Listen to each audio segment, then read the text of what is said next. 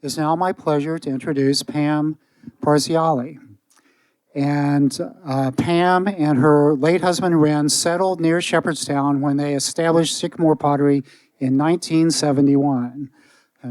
They were continuing the Shenandoah Valley tradition of pottery making. The Parziales have supported historic Shepherdstown for decades, for which we are most appreciative. So, great. Pam, now I'm going to list her accolades, and that takes a little while. Oh, you deserve it. So, Pam won the Governor's Distinguished Arts Award in 2005 for lifetime achievement, recognizing her service on numerous local, state, and regional arts advocacy organizations. The couple received the West Virginia Governor's Excellence in Support of the Arts Award in 2016. Ren died in March 2024 and has left a legacy of workmanship, kiln building, and design. Pam's work includes commissions for the Smithsonian Institution, the National Park Service, the National Trust for Historic Preservation, and the Anacostia Museum. She has published articles in Ceramics Monthly, the Crafts Report, and West Virginia Artworks. Among others, she served on the West Virginia Commission for the Arts. I'm getting tired reading this, Pam, gosh. Including as chair of the Commission of the Arts, was a founding member of the Arts Advocacy West Virginia Foundation, and she served on the board of the Arts Advocacy Committee of West Virginia. Please welcome Pam Parziale.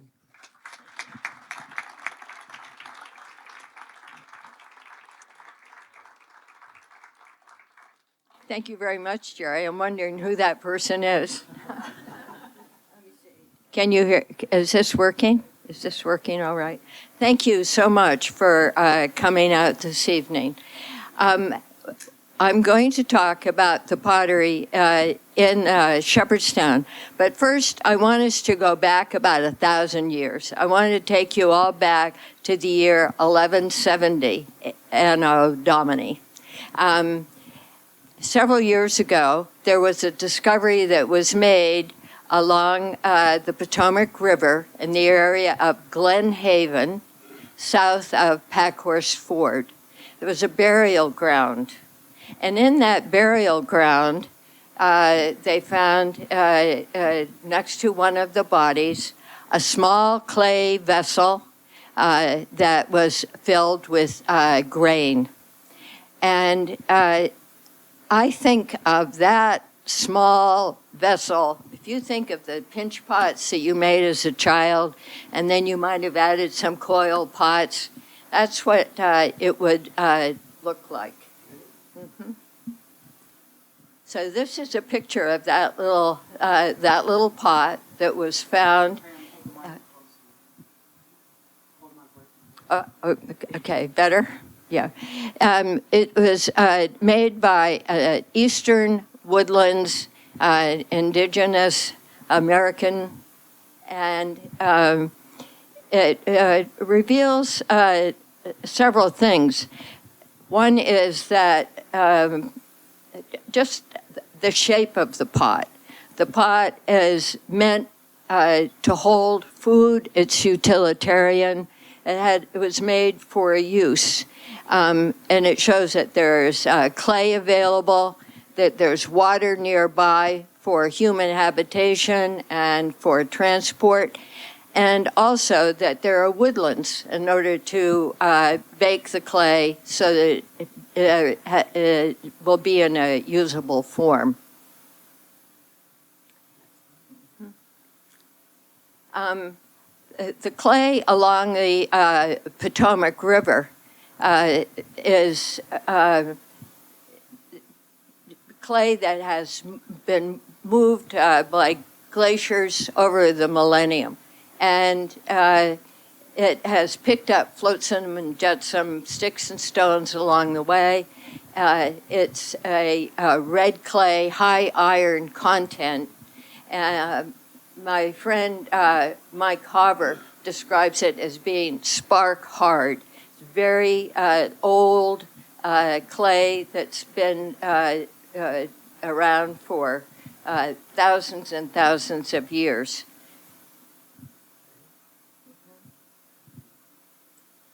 This is a large crock that's made by the Wise family here in Shepherdstown. Now, the Wise family came from the eastern Palatine area of Germany. They were a family of skilled potters. They settled in the area of Hagerstown. It was called Elizabethtown in the 1700s. Red clay and large enunciated lip.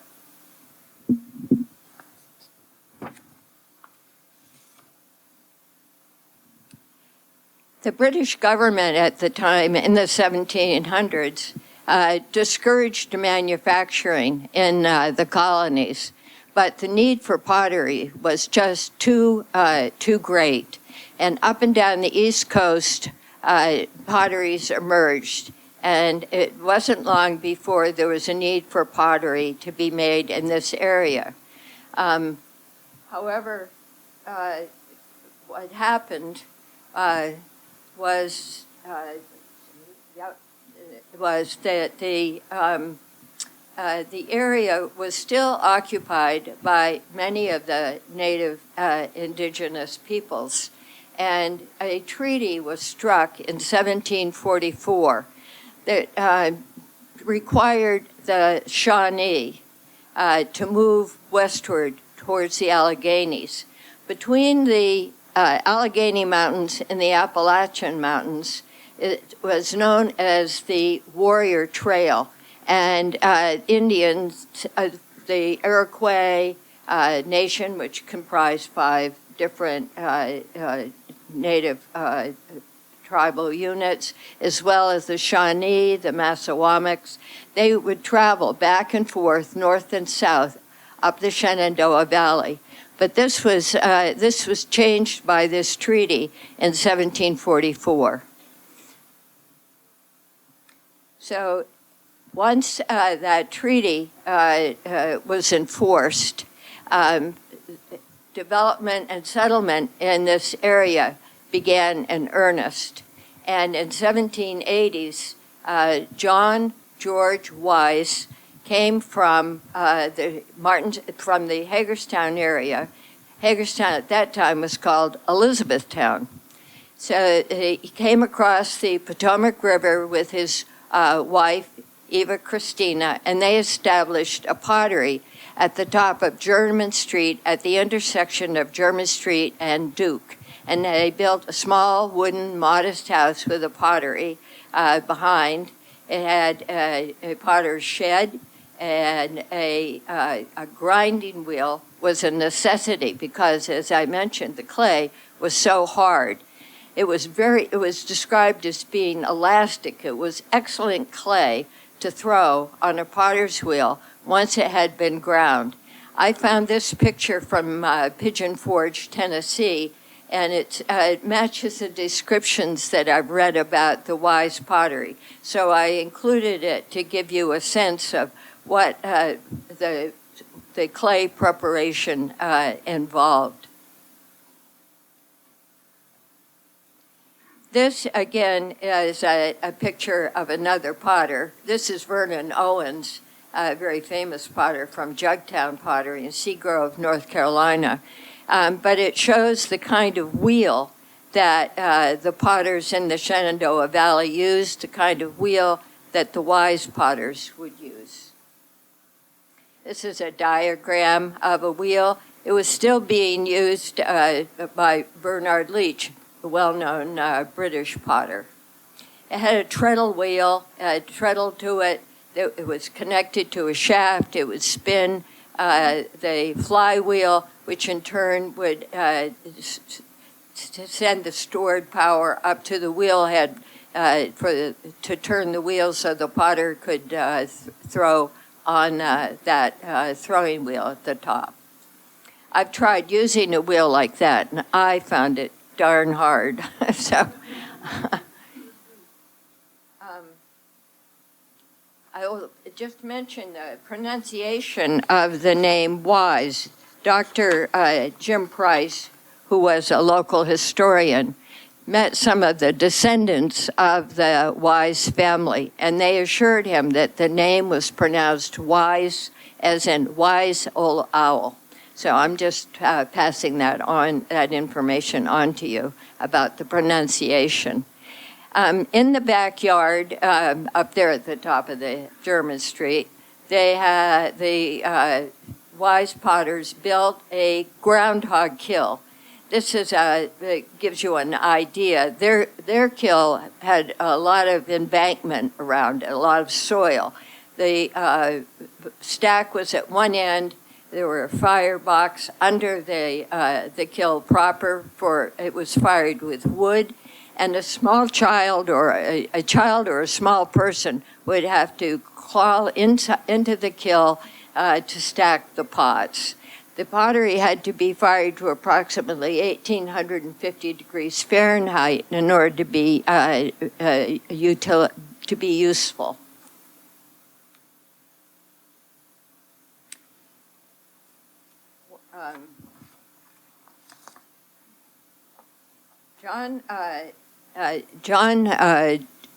George, there was John George, and he died in 1804.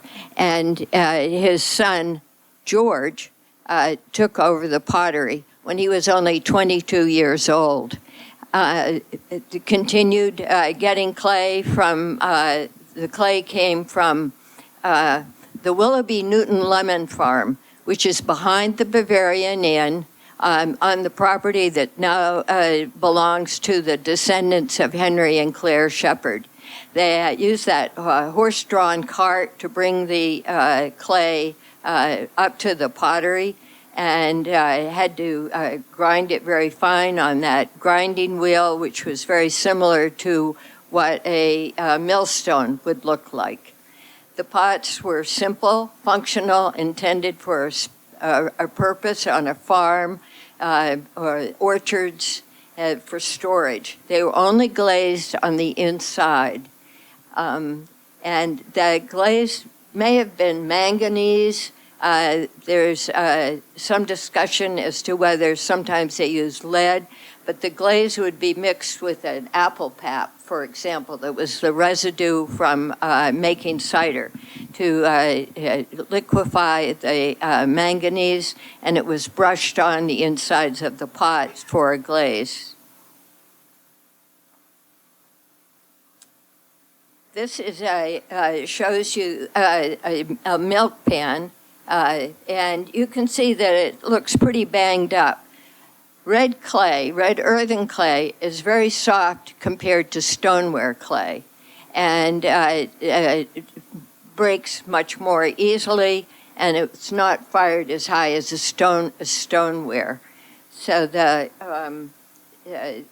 are certain characteristics of earthenware clay that make it far different from stoneware clay. But this is the clay that was available to the Wise potters, and that's what they used. It was cheap, it was available, and it was great for throwing.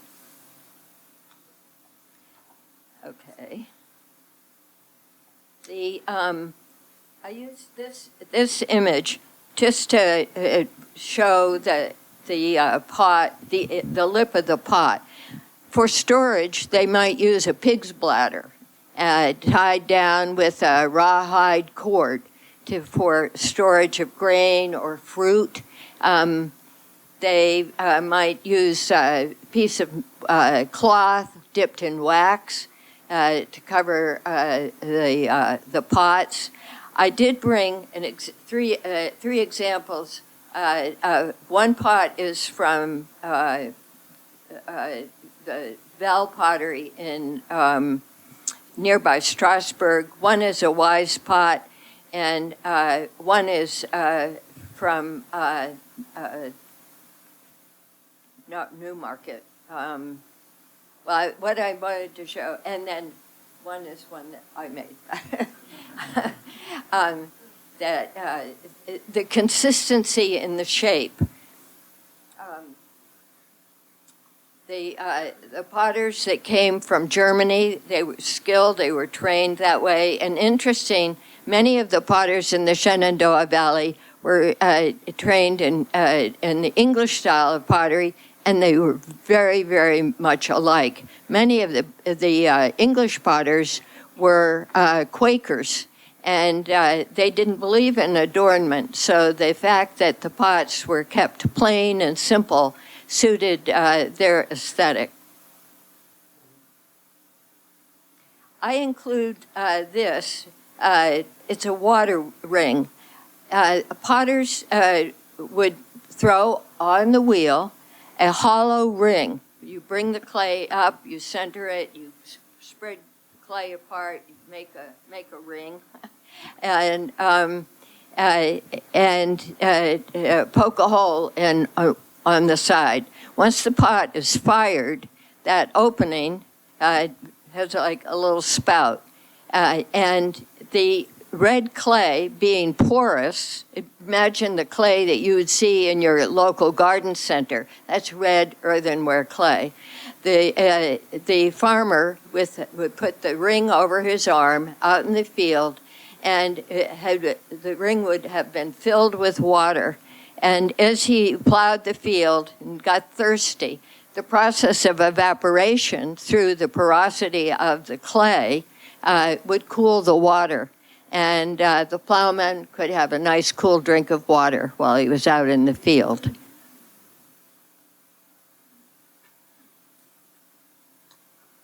These are more examples of wise pots.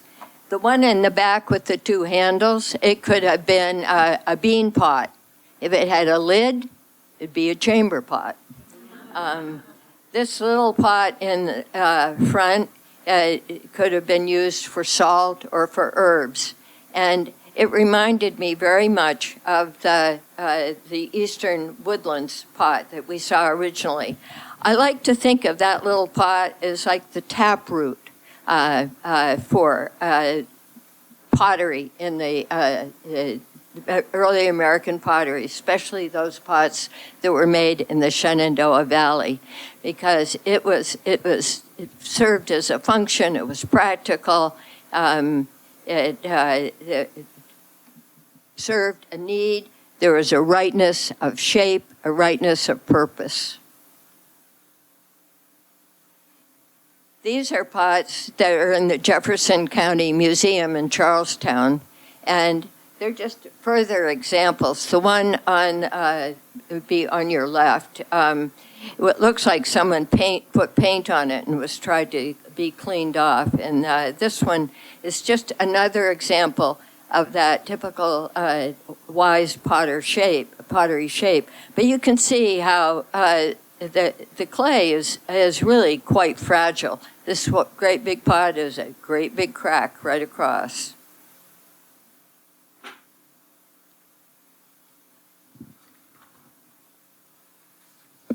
In 1815, there was the Treaty of Ghent that was signed. Up until that time, President Jefferson had tried to stop the importation of European pottery to promote pots made in America. President Madison in 1815 reversed that and allowed the importation of pottery. And that same year, in 1815, it was a big event in Shepherdstown. The wise potters were having a pottery firing in the backyard, and whoever was responsible for stoking the kiln, I guess fell asleep. Maybe had too much apple pap, I don't know. So the fence caught on fire. The house caught on fire. The house burned down. And what happened to the baby? Oh, great consternation, sound, yelling, screams. And out of the darkness comes a neighbor across the street with a bundle carrying the baby. So the baby was saved, the house was lost, and 3 years later, they built this beautiful brick house which stands to this day. Next door, that little yellow building, it was only a story and a half, and it comprised the pottery shop where pots were sold.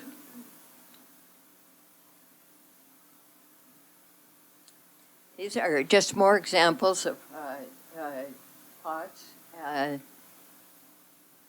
can see the similarity of shape, very consistent. This pot, in 1980, I visited Miss Gladys Hartzell. She lived in a house behind the Yellow Brick Bank. It's where Lee Doty lived. And this was on her kitchen counter. And she used this pot as a knife sharpener. And again, it's revealing about the clay, that the clay is soft enough that you could just wear it down day after day. She sharpened her knives. In 1854, George Wise passed away, and his son William made this memorial urn in memory of his family, in memory of his father. And it was placed in St. Peter's Lutheran Church Cemetery until 1901. And it's the one extravagant, exuberant piece of Wise pottery that I've seen. So you can see it today. It's been moved. It was moved in 1905 to Evergreen Cemetery, and then in 1965 it was moved to St. Peter's Lutheran Church, where it resides to this day.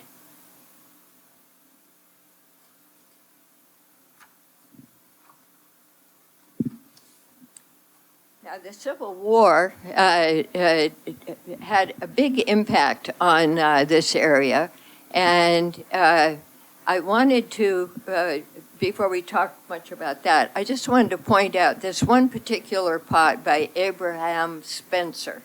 This is in the Museum of the Shenandoah Valley in Winchester. You can see again the similarity. Abraham Spencer was an enslaved potter. He was an enslaved man, and he was highly sought after. He worked for the John Bell Pottery in Strasbourg. He worked for 3 different potteries in the New Market area. What Abraham did, which was significant, is that he marked his pot with the letter A. At that time, a black man could be punished by death by revealing that he knew how to read and write. So I wanted to include this particular pot for 2 reasons. So he could admire the shape and the similarity to all the other pots, and also just to honor his humanity.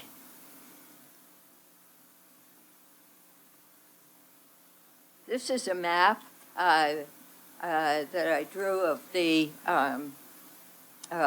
all the potteries from Chambersburg down through the valley, through past Winchester, down to New Market, and I'm sure that they exchanged information about glazes and mechanisms and how to make pots better and bigger and faster.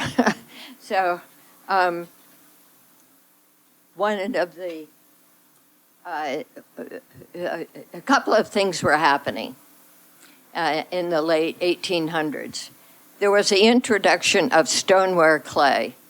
The wise potters that lived in Elizabethtown, now Hagerstown, started using stoneware clay. They had access to a vein of stoneware clay, and the clay that was coming from New England and New York, New Jersey, there were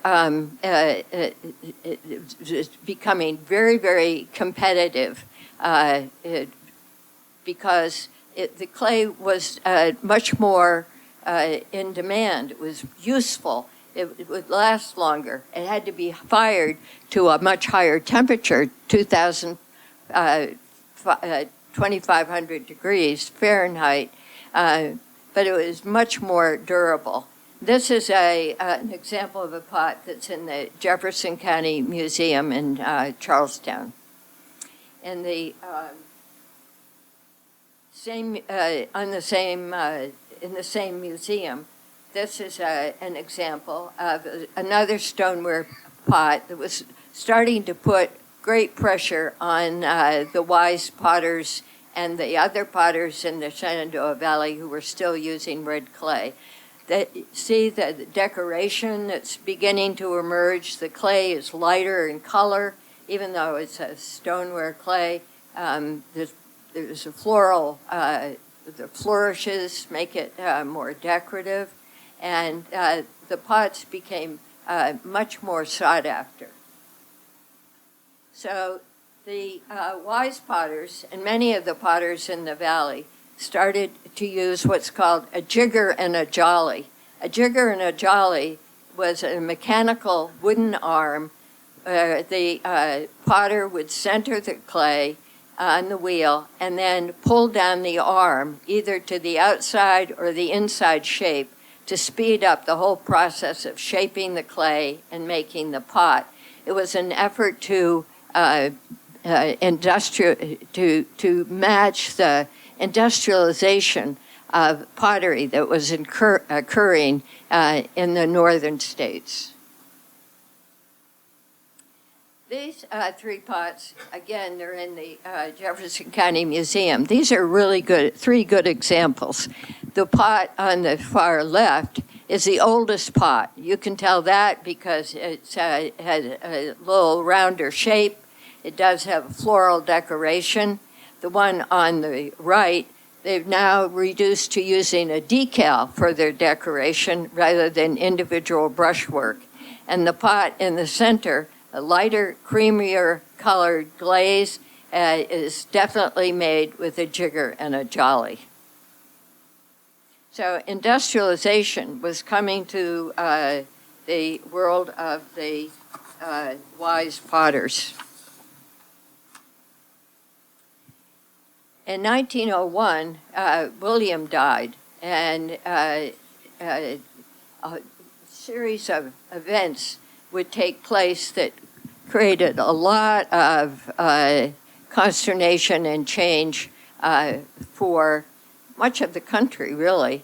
In 1914, there was the beginning of World War I, and 1917, the Entler Hotel, what was the Entler Hotel and Tavern, in 1917 closed.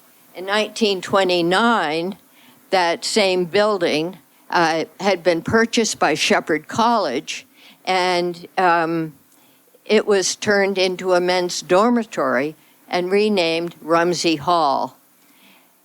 The 1929 is also the year of the Depression, where the Depression started, the economic crash of the markets, and it had a huge impact on a state like West Virginia. The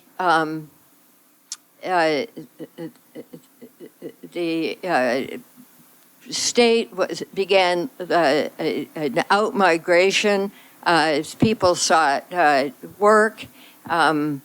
The poverty rate was at 35% in Appalachia. And Eleanor Roosevelt in the early 1930s came to West Virginia a number of times and convinced her husband, Franklin Delano Roosevelt, to work towards establishing some communities for out-of-work miners and their families. So they established Arthurdale, Eleanor, and Tigard Valley. But they were not that successful. They only had maybe 60 families in the community. They had no potters. They tried woodworking. To this day, you can still visit Arthurdale, but it was an experiment. It was a good idea, but it failed. So Eleanor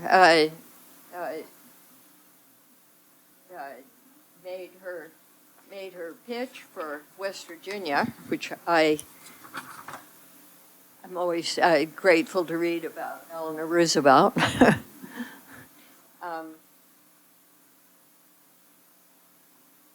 Then after the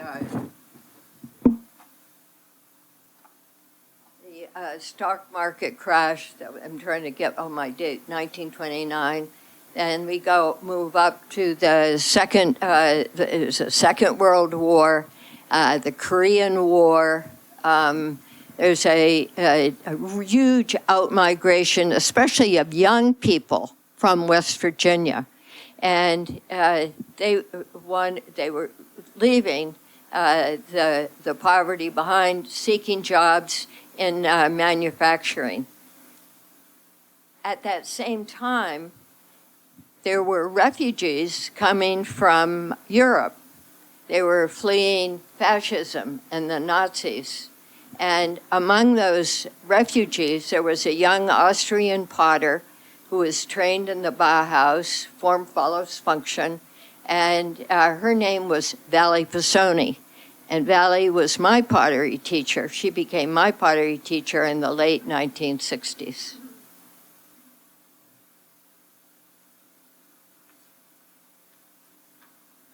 In the 60s, the change was coming to Shepherdstown also. Shepherd College was a small college. It had only 500 students, and it was merging with Storer College, the historically black college in Bolivar, Harper's Ferry. And the head of the art department at Shepherd, after 4 decades of teaching, retired. So a young graduate student from Penn State named Wayne Skinner was hired by Shepherd to establish an arts curriculum here at the college. When he arrived, he told me it was 1963.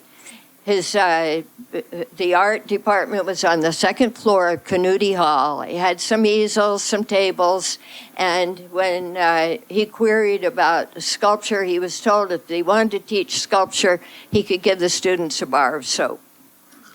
So Wayne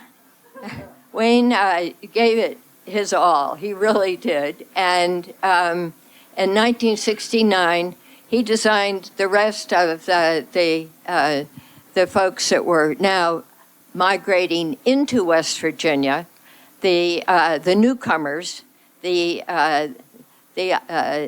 back to the landers, and he established a little pottery on Mill Street. And there's a picture of him with his catenary kiln. At the same time, it's when you think about the Whole Earth catalog, that whole era of the 60s, there was a huge immigration that was happening in West Virginia. Up in Berkeley Springs, there was a large community of people that settled, musicians, people with a creative bent. They wanted to grow their own food, build their own houses. They wanted to have more control over their lives. There were settlements around Huntington as well, throughout West Virginia.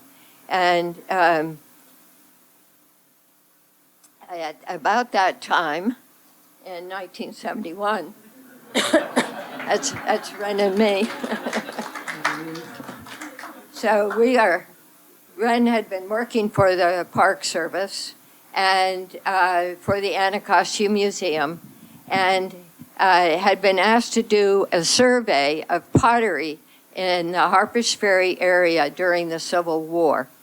And that's when we first learned of the Wise Pottery. So we made the decision to move to West Virginia with all the other back to the landers. You have to remember, the land was beautiful and the land was cheap.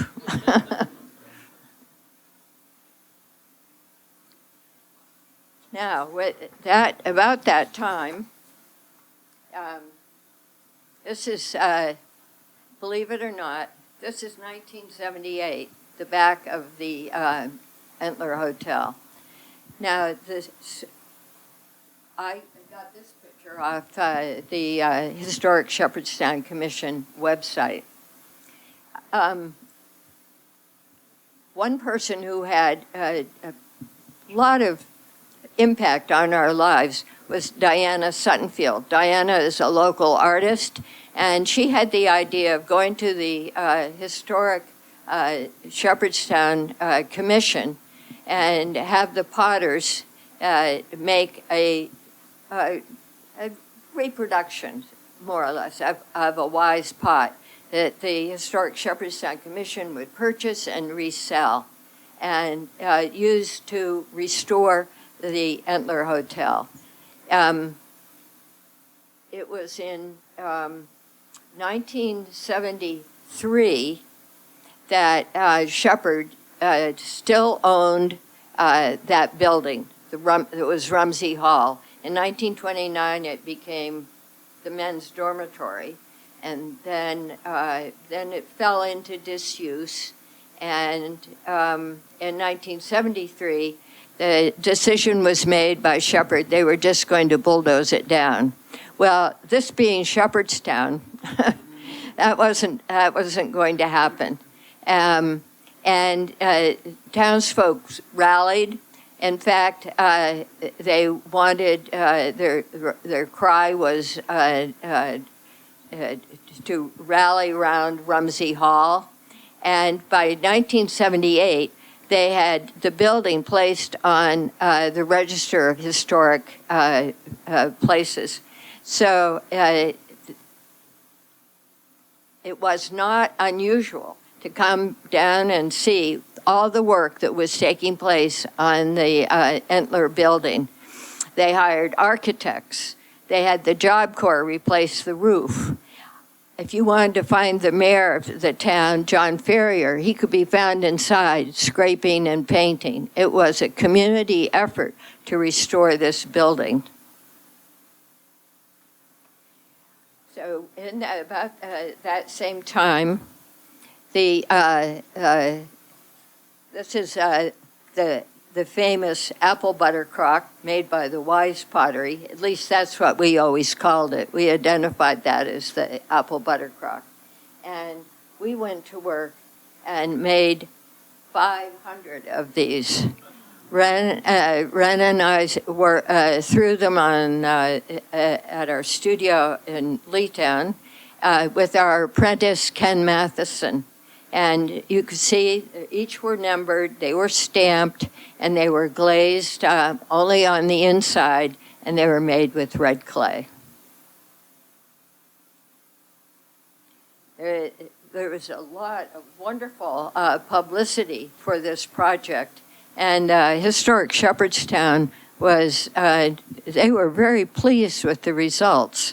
So, and the pots were all snapped up by the people who lived nearby, and they came to us 2 years. They came to us in 1978 and said, "Would we make pictures?" And they wanted 500 pictures, but this time they wanted stoneware pictures.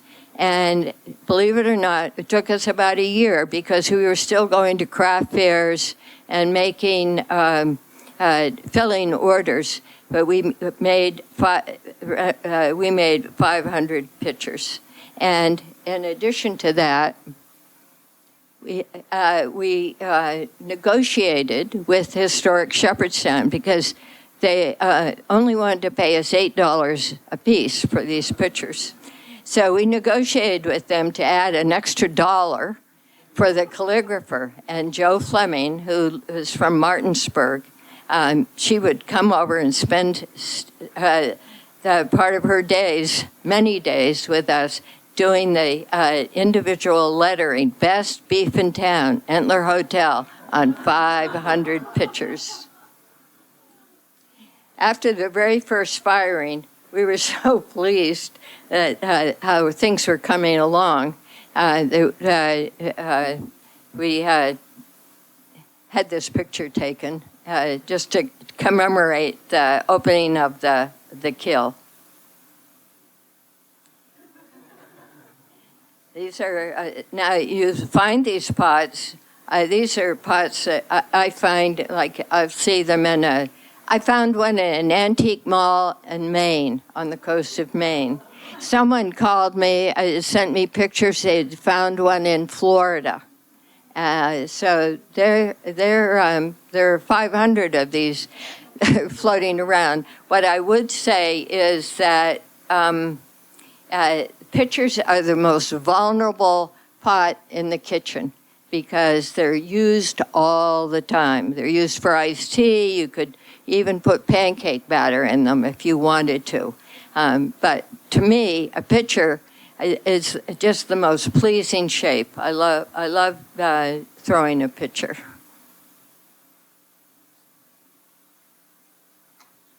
And then the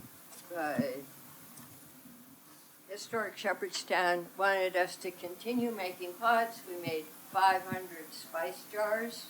The spice jars had a large cork, and Joe Fleming returned and just lettered Entler Hotel on each one of the spice jars. Following the spice jar project, these are just examples of pots drying in our studio. But following the spice jar project, they wanted candlesticks. So we made 325 candlesticks. I have to tell you, I was a much, much better potter after I finished all these projects.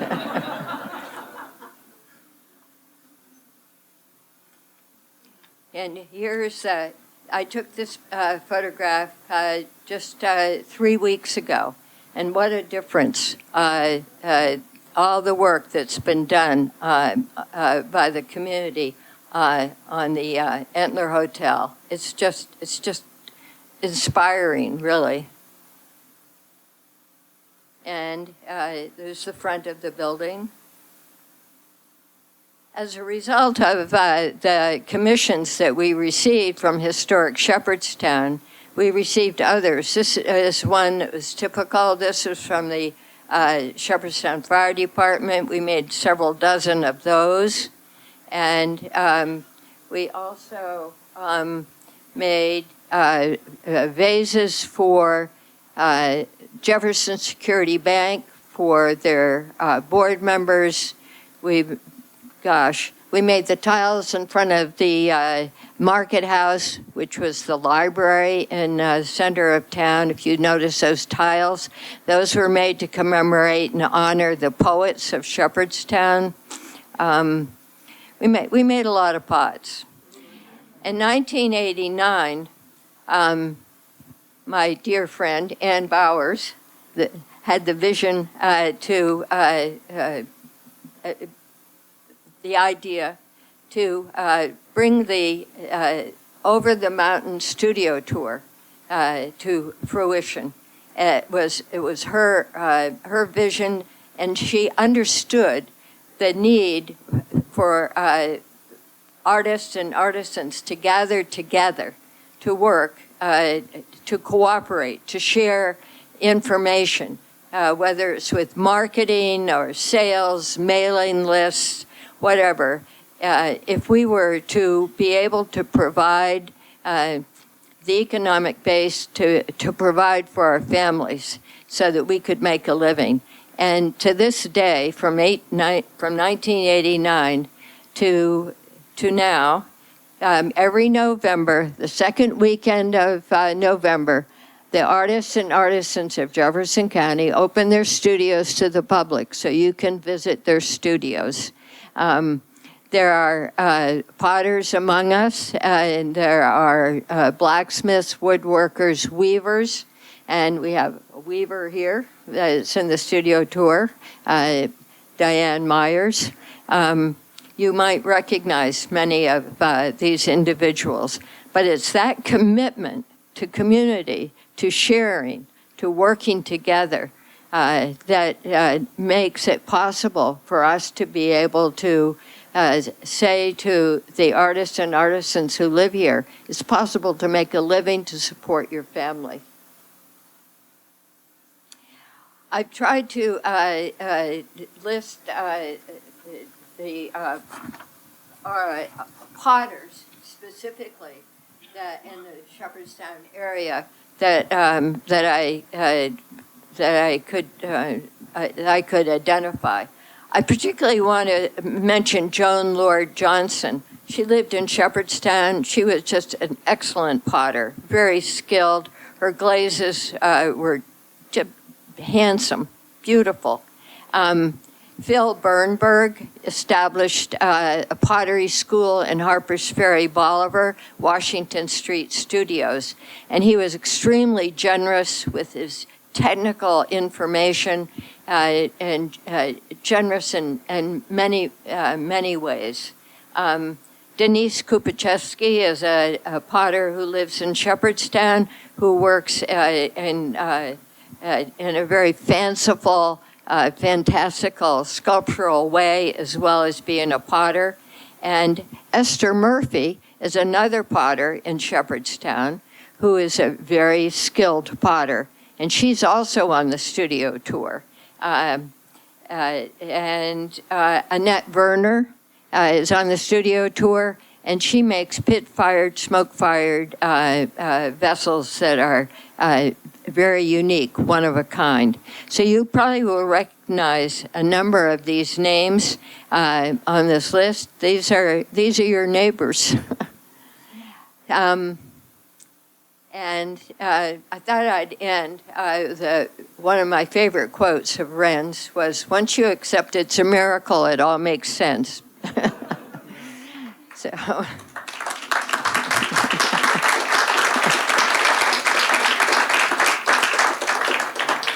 So if you have any questions, I try to answer them, and just let me know what you're thinking.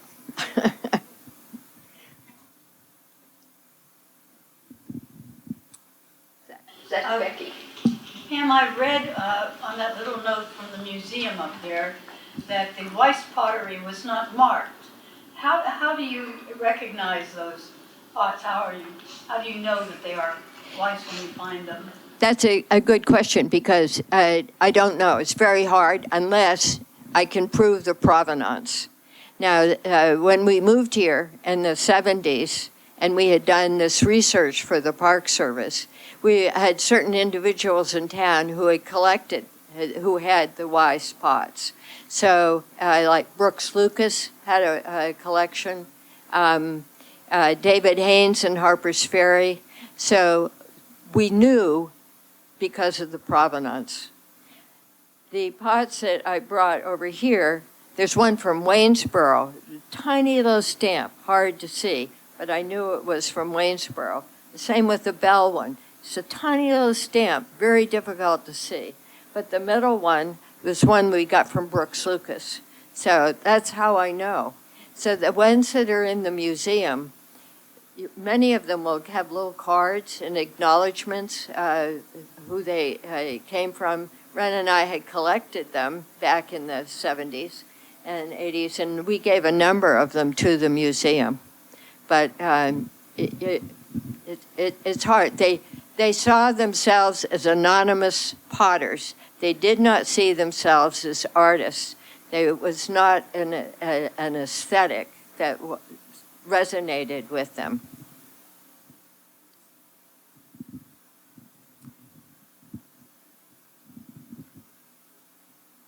Any other questions? Yeah, Diane? Can you talk about getting the clay from the ground? Do they ever ruin the ground? I mean, is that an issue environmentally? That's what? Is it an environmental issue ever when they start taking the clay from the? Oh, that's an interesting question. We work closely with the Brickyard in Martinsburg, and clay. A lot of these big shale pits, if it's ground up, then it has the right chemical composition.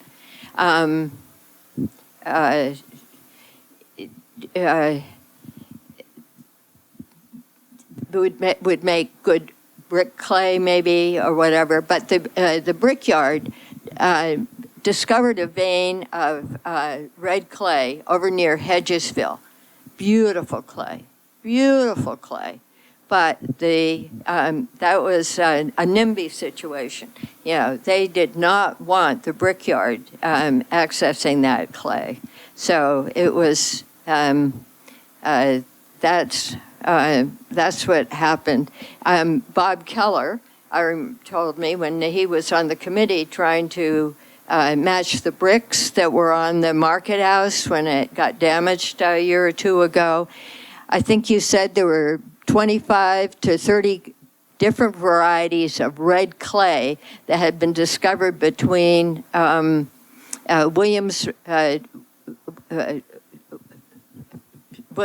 Williamsport and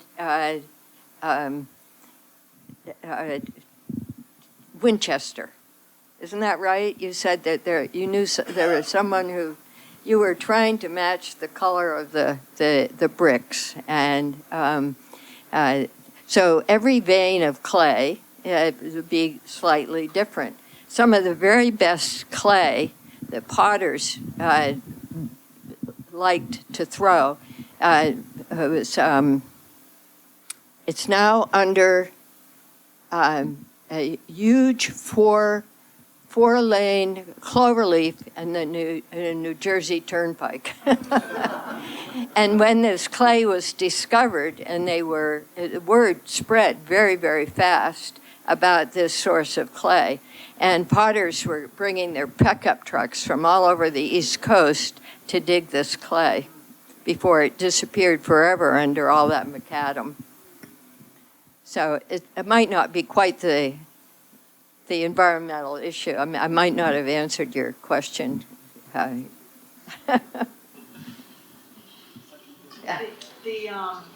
You mentioned that the Weisses were getting their clay from back behind the Bavarian Inn on that property. Yes, it was. Did they have to pay for it? You know what? I have no idea. It was a farm that belonged to, I love this name. His name was Willoughby Newton Lemon. And the only reference I've ever seen was the clay was cheap. And a potter was paid by the gallon. So in the 1850s, a potter was paid 2 cents a gallon. So a good potter at the end of the day could earn $1. So I'm sure the clay was even, yeah. Yeah, in fact, they had of the Brickyard in Martinsburg, we helped them build a kiln, just like Wren's big propane kiln, because they wanted a test kiln. And the director over there, Don Salt, he said to Wren, you know, you're creating wealth. And Wren said, what do you mean? He says, well, you're just taking clay and making stuff out of it and turning it into money.